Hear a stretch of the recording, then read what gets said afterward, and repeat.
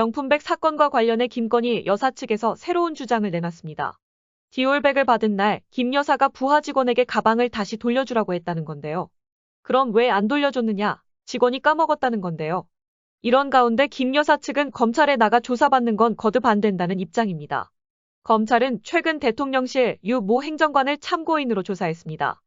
김건희 여사가 운영하던 코바나 컨텐츠 직원 출신으로 윤석열 정부가 출범한 뒤 이른바 여사팀에서 김 여사를 보좌해온 인물인데요.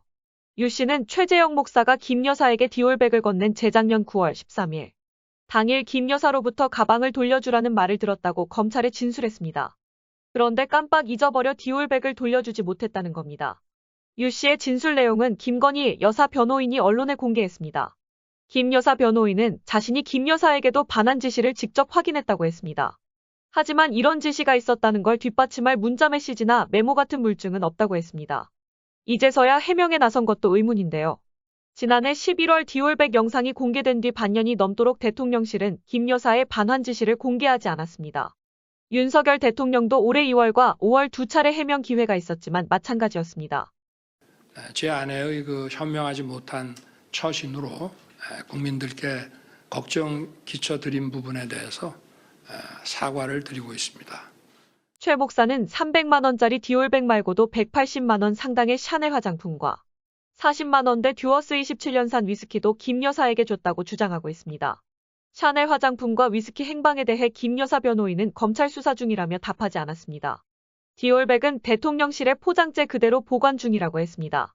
검찰은 압수수색 영장을 발부받는 것보다 대통령실에 공문을 보내 디올백을 확보하는 방안을 검토하고 있는 것으로 알려졌습니다. 김 여사에 대한 조사도 임박한 가운데 변호인은 처벌 근거가 없다며 소환 조사 불가를 거듭 주장했습니다. 대통령 기록물이라서 사과할 일도 전혀 없고 이걸 돌려주면 국고 횡령에 해당한다. 그럼 국고에 귀속하면 되는 대통령 기록물인데 뭐가 문제가 된다고 박절하지 못했단 얘기가 나왔던 걸까요? 그러다 또 입장이 바뀌어서 대통령 기록물인지 아직 판단을 하지 않았다 하는지. 그러더니 이제는 김건희 여사는 사실 돌려주라고 했는데 부하 직원이 까먹은 거라 하고. 그럼 그동안의 주장은 대체 뭐였을까요? 대통령실은 지난 1월 19일 김건희 여사의 명품백 의혹에 대해 처음 입장을 밝혔습니다. 국민의힘 김경률 비대위원이 공개적으로 사과를 요구했던 이른바 마리 앙뜨와네트 발언 이틀 뒤입니다. 대통령실은 명품백을 선물로 규정했다고 하는데요. 대통령 부부에게 접수되는 모든 선물은 규정에 따라 관리나 보관되는 만큼 문제될 이유도 사과할 필요도 없다는 건데요. 여권 내친윤 핵심은 이미 국가 재산이 됐으니 돌려줄 수 없다. 고까지 주장했습니다. 국고에 기속된 물건을 반환하는 것은 국고 횡령이에요. 그 누구도 반환 못합니다. 그건 대한민국 정부 거죠. 아직 국가기록물인지 판단하지 않았다고 국회에서 공식적으로 답변을 내놓은 겁니다. 명품백이 대통령 기록물로 분류돼 이미 국고로 귀속됐다는 기존 입장을 뒤집고 아직 성격이 불분명한 상태로 그저 보관 중인 상태로 되돌려버린 겁니다. 급기야 김 여사가 바로 반환을 지시했었다는 진술까지 나온 겁니다. 김 여사가 명품백 성격을 모른 채 곧바로 돌려주라고 지시했다면 김 여사를 처벌하긴 어려워집니다. 수사팀을 정비한 검찰이 김건희 여사 소환을 기정사실화한 뒤 대통령실의 입장이 바뀐 셈입니다. 자, 그러면 지금부터 잠시만 주목해 주시기 바랍니다. 제가 구독자분들을 위해서 깜짝 선물을 하나 준비했는데요.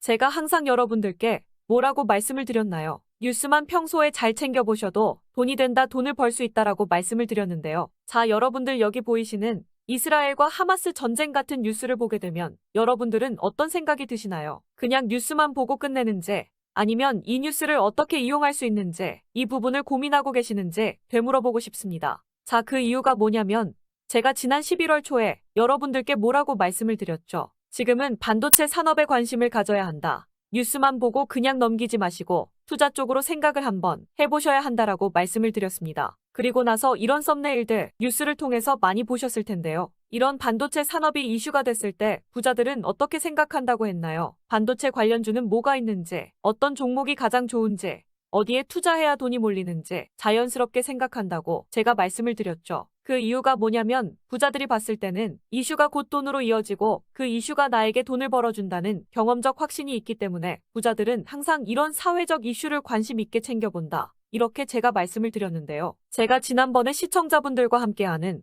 주식으로 수익 내기 이벤트를 진행했었는데요. 당연히 100% 무료로 진행을 했었고, 자, 여기 보시면 아시겠지만 제가 지난번에도 저한테 구독이라는 문자 남겨주신 모든 시청자분들께 이렇게 반도체 관련주 중에 가장 급등할 확률이 높은 딱 한 종목, 많은 종목이 아니라 딱 제주반도체 한 종목을 여러분들에게 추천드렸어요. 그러면서 여기 나와 있는 대로 정확히 얼마에 매수해야 하는지, 그리고 수익률이 어느 정도 나왔을 때 팔아야 하는지 이런 부분들까지 여러분들에게 정확히 알려드렸었는데, 자, 지금 실제로 어떻게 되었나요? 오른쪽을 보시면 아시겠지만 제가 11월 초에 문자로 이 제주반도체를 소개해드리고 나서 실제로 한 달도 지나지 않아서 이렇게 주가가 2배 이상 급등이 나왔습니다. 그리고 1월 말까지 이 상승세가 계속해서 이어졌죠. 그래서 당시에도 굉장히 많은 분들이 제가 드린 이 종목 제주반도체로 수익을 내실 수가 있었을 텐데요. 다시 한번 축하드린다는 말씀을 드리겠고, 자, 이번에도 마찬가지입니다.